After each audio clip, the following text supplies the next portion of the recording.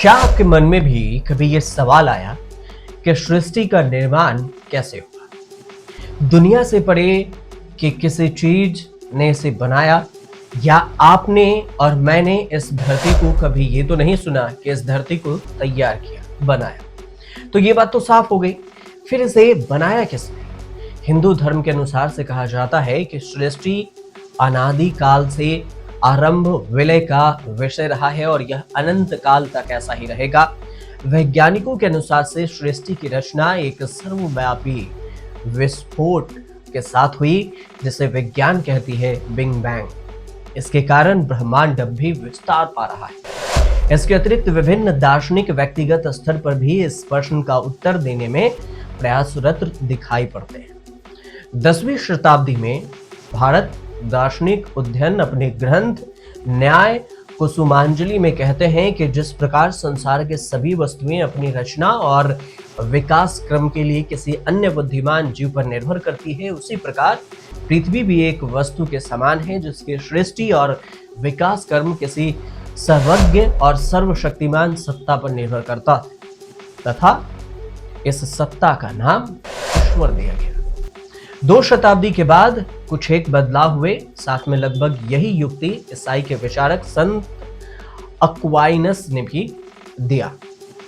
वहीं पर मत्स्य पुराण में अगर देखें तो सृष्टि की रचना एक सुनहरे गर्भ में ब्रह्मा के प्रवेश के बाद जाने से हुई। अब इस गर्भ को हिरण्य गर्भ की संज्ञा दी गई, जबकि सांख्य दर्शन सृष्टि की रचना की गुत्थी को पुरुष और प्राकृतिक नामक 2 शाश्वत तत्वों के आधार पर सुलझाने का प्रयास किया। इसके अतिरिक्त ब्रह्मांड की उत्पत्ति कब हुई, इस प्रश्न से भी अधिक महत्वपूर्ण यह प्रश्न है कि ब्रह्मांड की उत्पत्ति आखिर हुई क्यों। मुख्य तौर पर इस प्रश्न का उत्तर भी केवल 2 दिशाएं हो सकती है। पहला ये कि ब्रह्मांड की उत्पत्ति किसी कारण अथवा विशेष प्रायोजन से हुई। दूसरा ये कि ब्रह्मांड की उत्पत्ति का कोई विशेष कारण नहीं। इसमें से यदि पहला प्रश्न को विकल्प में मानते हैं तो इसके लिए हमें किसी एक ऐसी चेतना या बुद्धि की कल्पना करनी होगी जिसमें पृथ्वी और ब्रह्मांड की उत्पत्ति के प्रायोजन का विचार आया, लेकिन परिकल्पना को स्वीकारते हुए दूसरे बहुत से प्रश्न इसके साथ ही खींचे चले आएंगे। इस बुद्धि जिसमें ब्रह्मांड की उत्पत्ति का विचार आया, उसे इस विचार के लिए अनादिकाल क्यों लगा? इस ईश्वरीय चेतना जिसमें यह विचार आया वह किसी युक्ति बुद्धि के कारण आया या फिर किसी अकारण ही आ गया? कई सारे सवाल हैं। दूसरी ओर हम यह भी मान लें कि ब्रह्मांड की उत्पत्ति अकारण हुई, तो मानो कि यह विचार हमारे अस्तित्व में भूमिका में छिन्न भिन्न कर देता है। अकारण उत्पत्ति ब्रह्मांड में अपने जीवन को नैतिक मूल्यों और आध्यात्मिक प्रयोजनों से जोड़ने का क्या अर्थ हो सकता है? दूसरा देखें, हिंदू शास्त्रों में भगवान ब्रह्मा देव को सृष्टि का रचयिता कहा जाता है। ये भगवान विष्णु और महेश के साथ त्रिदेवों में शामिल हैं, जो मनुष्यों के आदिपति मनु के पिता होने पर परम पिता कहलाते हैं। पर बहुत कम लोग ये जानते हैं कि सृष्टि की रचना करने वाले ब्रह्मा देव की उत्पत्ति कैसे हुई। क्योंकि ब्रह्मा देव की उत्पत्ति कैसे हुई ये जानना भी जरूरी है। सृष्टि की उत्पत्ति से पहले यह पूरा संसार जल में डूबा हुआ और उस समय एकमात्र भगवान थे नारायण देव शेष सैया पर लेटे हुए। जब सृष्टि की रचना का समय आया तो भगवान नारायण की नाभि से एक प्रकाशमय कमल प्रकट हुआ और उसी कमल से वेद मूर्ति ब्रह्मा जी प्रकट हुए। चारों ओर देखने पर भी जब उन्हें कोई लोक नहीं दिखा तो कमल का आधार पता लगाने के लिए उनकी नाल से होते हुए जल में पहुंच गए। फिर उन्हें कुछ नहीं पता चला।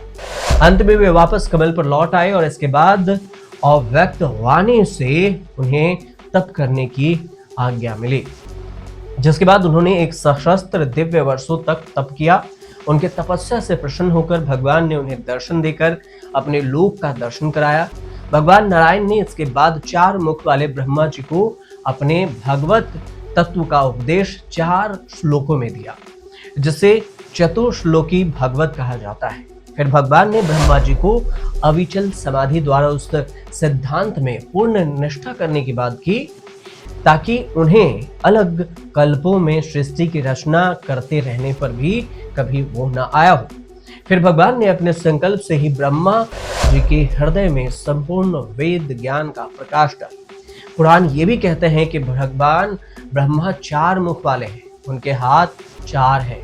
उनमें से वर मुद्रा, अक्षय सूत्र, वेद और कमंडल धारण करते हुए दिखते हैं।